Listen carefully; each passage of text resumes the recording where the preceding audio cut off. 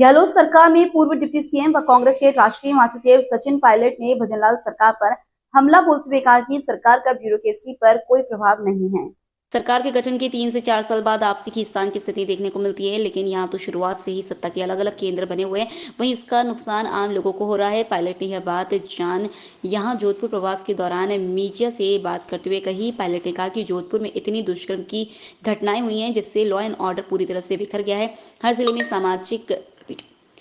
में असामाजिक तत्व पांव पसार रहे हैं। सरकार में मल्टीपल पावर सेंटर बन गए हैं। किसी को भय नहीं है कि वो मंत्री है या नहीं। सरकार कुछ बोलती है, संगठन कुछ बोलता है। बहुत जल्द साकार में बिखराव हो गया है। इसका नुकसान जनता को उठाना पड़ रहा है। जिन कामों के वर्कर हमारी सरकार देकर गई थी वो भी पूरे नहीं हो सके। पूरी तरह से सरकार विफल हो चुकी है। भजनलाल के न्यायालय की अनुमति के बिना विदेश जाने के सवाल पर पायलट ने कहा कि यह कानूनी मामला है। ऐसे में मैं यह जानता हूं कि प्रदेश प्राथमिकता होना चाहिए। शिक्षा, चिकित्सा, शहरी ग्रामीण विकास अगर नहीं हो रहा है, कमी और ब्यूरोक्रेसी पर जाना प्रभाव रखने की सरकार में मुझे नजर आ रही है। 1 साल के नेक आरएस पर जनता का विश्वास उठ चुका है। जहां प्रचार चालू हो चुका है हरियाणा में और जम्मू कश्मीर, दोनों राज्यों के अंदर कांग्रेस और कांग्रेस का गठबंधन भारी बहुमत के साथ सरकार बनाने जा रहे हैं। हरियाणा में 10 साल से भाजपा की सरकार है। ऐन मौके पर उन्होंने मुख्यमंत्री को बदला।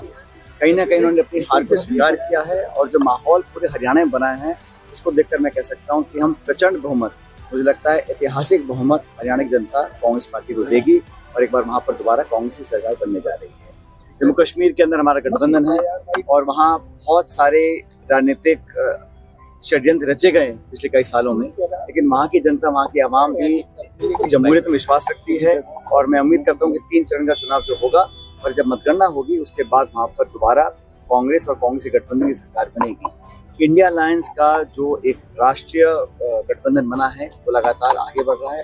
हम लोगों ने हरियाणा में भी कम्युनिस्ट पार्टी को एक सीट दी है। ये इस बात को दिखलाता है कि कांग्रेस पार्टी सबको साथ लेकर चलना जानती है और आगे चल भी रही है। बाकी 2 राज्य हैं झारखंड, महाराष्ट्र, वहाँ पर भी चुनाव होने हैं। तो मुझे बड़ा आश्चर्य है कि वो दल, वो पार्टी, वो सरकार जो दावा करते थे कि एक राष्ट्र एक चुनाव कराने का, वो ऐसा माहौल नहीं बना पा रहे हैं जहाँ निर्वाचन आयोग 4 राज्यों में चुनाव एक साथ करा सकता है।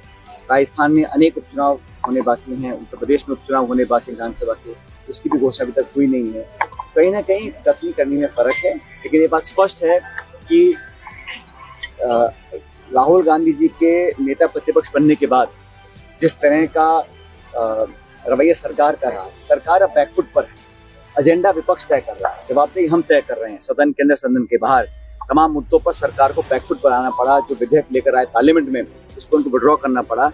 तो जो बहुमत का घमंड और अहंकार 10 साल था वो जनता ने 4 जून को उतार दिया है। 4 जून के बाद एक नई सच्चाई, नई असलियत देश के सामने आई है और मुझे खुशी है कि राहुल गांधी जी ने कांग्रेस पार्टी के आग्रह को स्वीकार किया, नेता प्रतिपक्ष बने हैं और जिस प्रकार वो सरकार की जवाबदेही तय कर रहे हैं वो भी अपने आप में एक बदले हुए माहौल को दर्शाता है।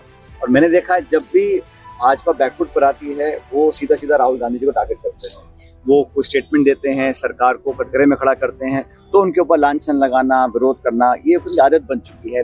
लेकिन हमें जनता में पूरा विश्वास है। कांग्रेस पार्टी लगातार मजबूती से आगे बढ़ रही है। जिन जिन राज्यों में चुनाव होंगे वहाँ पे हम सरकार बनाएंगे और जहाँ विपक्ष में है वहाँ पर भी नई ऊर्जा कार्यकर्ताओं को मिली है, नेताओं को मिली है। और जिन राज्यों में मैं दौरे करता हूँ वहाँ पर लगातार मैं देख रहा हूँ एक बदलाव हो रहा है। लोकल से लेकर ग्लोबल तक की खबरों के लिए देखते रहिए सच्ची रिपोर्ट।